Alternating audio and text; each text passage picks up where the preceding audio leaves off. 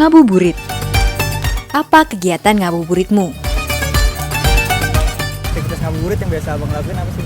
Ya ini, main layangan. Paling sih keluar ke taman nih, contohnya ke Taman Radar sambil nunggu waktu berbuka ya. Cuma muter-muter bawa anak istri doang.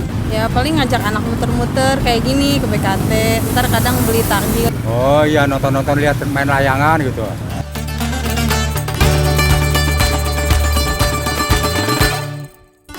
Tapi tradisi itu dulunya emang untuk menunggu waktu maghrib, mereka ngaji di pesantren, di masjid-masjid, ibu-ibu masak bersama atau sekarang berdagang ya, atau apa itu bagi-bagi takjil.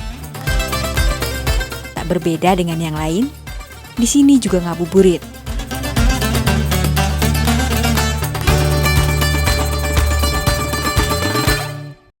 Gambarlah dalam waktu 30 detik.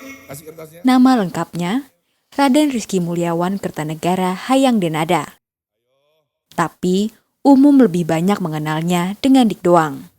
Dalam waktu 30 detik. Nama yang panjang, sama seperti karir hidupnya yang juga panjang. Mulai dari penyanyi, pembawa acara, artis, hingga aktivis. Syaratnya harus ikhlas. Apa? Jujur. Apa? Istiqomah. Apa? Dalam waktu 30 detik. Gambar pohon. Mulai.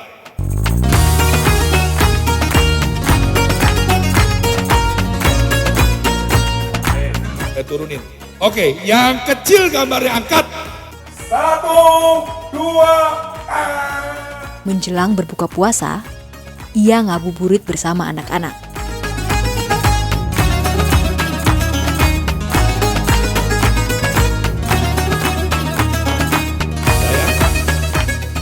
Oke, kita tepuk tangan buat yang angkat gambarnya.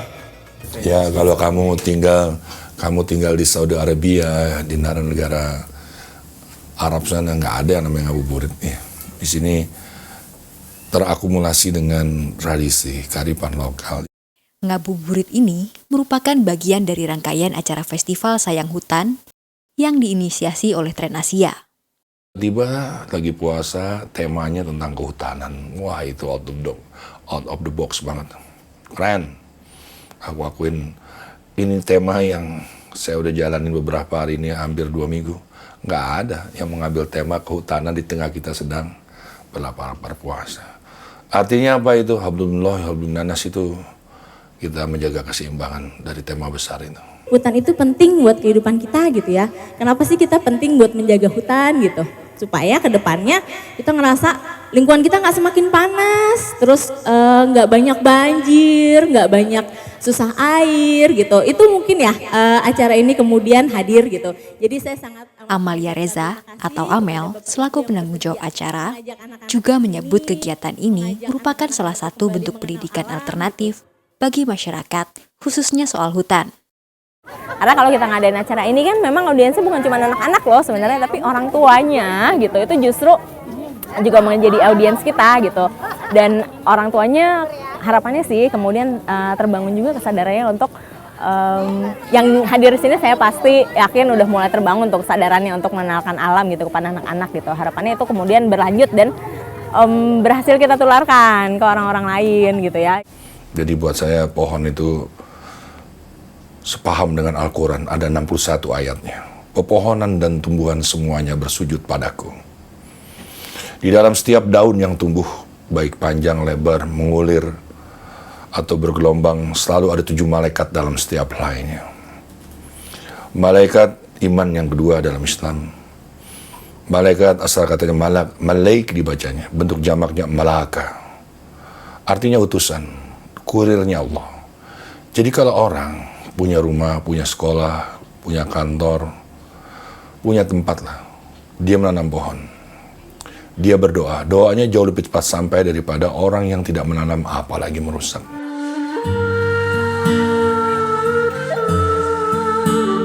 Anak-anak diajak untuk mengenal hutan lewat menggambar, mewarnai, serta dongeng yang bertemakan hutan. sebuah desa di Papua bernama Desa Ibu Wanari. Apa nama desanya? Ibu Wana. Sama Allah di bulan kasih sayang ini, Allah juga nyayangin kita juga dong harus menyalurkan kasih sayangan itu gitu, dan kita bisa menyalurkan itu ke hutan. Jangan ngerusak pohon. Siapa yang ngerusak pohon? Nabi Nuh adalah pelajaran. Jangan kau pikir ini kan masih ada pohon, Bang Dik. Nabi Nuh di atas bukit. Tadinya tandus, banyak pohon ditanam, tapi gak lama lagi datang air bah.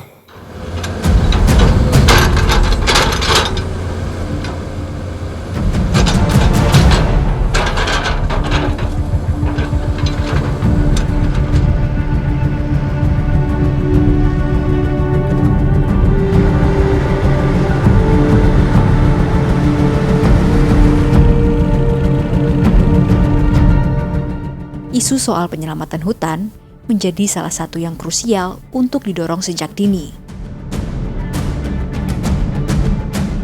Karena angka deforestasi yang kian meningkat.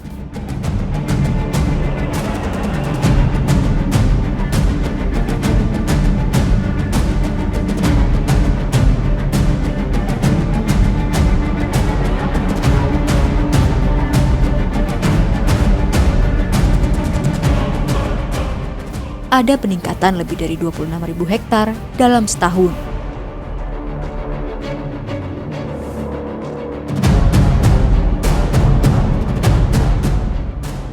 Ramadan nih, kita lagi buat reacara Ramadan. Roy Murtado, pengasuh Pondok Pesantren Mishkat Al-Anwar Bogor, menyatakan bahwa penyebarluasan pengetahuan pada momentum Ramadan sejalan dengan semangat ibadah.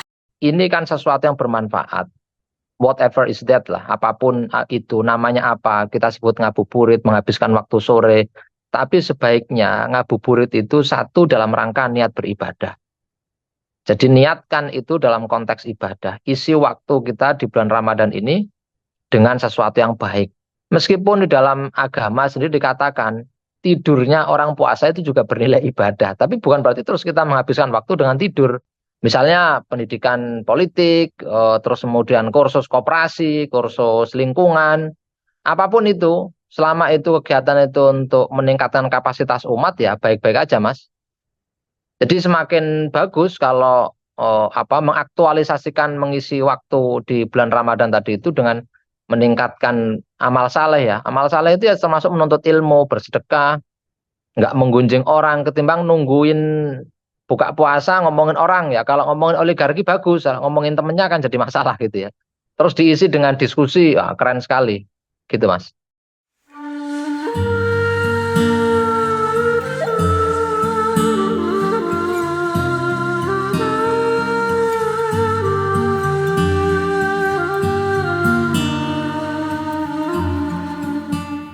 Maka, ngabuburit tak lagi sekedar menghabiskan waktu, namun juga penting memanfaatkannya untuk hal yang lebih bermanfaat. Ya,